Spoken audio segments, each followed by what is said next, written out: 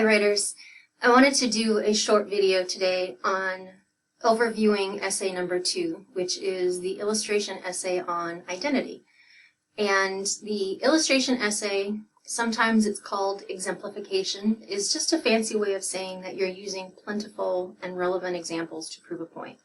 It's probably one of the most useful types of writing you can use in any purpose, just because you want to be able to provide plentiful examples when you try to prove something to someone. We are choosing to assign you an essay on identity, and we have found a few resources that we're going to direct you to. Those include resources from the New York Times, from PBS, and then a collection of videos from YouTube. So what we're having you do is choose one or more of those essays that you can relate to. And then you're going to find within those videos a quote, or 2 quotes at least, that you can reference in the body of your paper. So part of this essay assignment will entail quoting from an outside source, which will be one of the videos that you choose, and then including a works cited page at the end of your essay. The essay is a little bit more points than the previous one, and it's about the same length. So 2 to 3 pages, roughly 2 to 3 body paragraphs with a intro and a conclusion.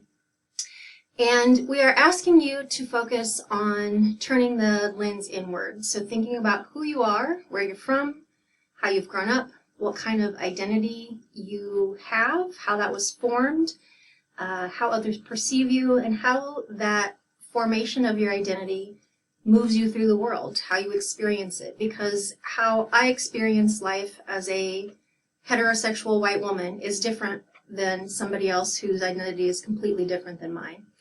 And as a college, we are very much invested in pursuing issues of equity. We're also very interested in pursuing issues of justice and identity. And so with the support of our administration, we are pushing forward on having students do more assignments like this that asks you to think about who you are and where you come from and what that means as you navigate your way through the world.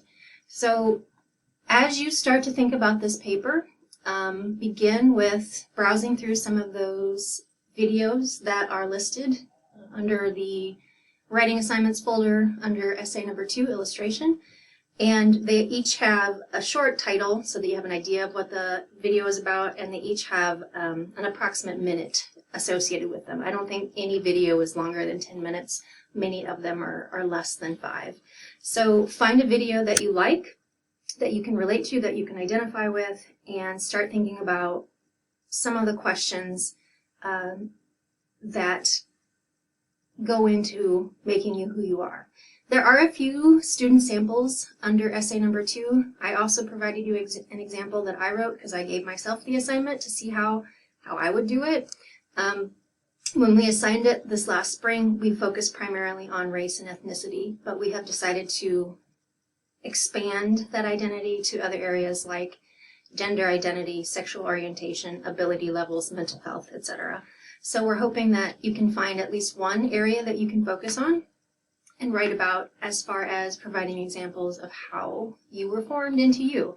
And we started with the I am from poem to start thinking about, what makes me who I am? How did I get to be this way? How did I manifest into the world, and how do I interact with people who are the same as I am and who are different than I am? So we recognize that some of these topics can be hard for people to think about, let alone share their thoughts with others or write about, and we respect that.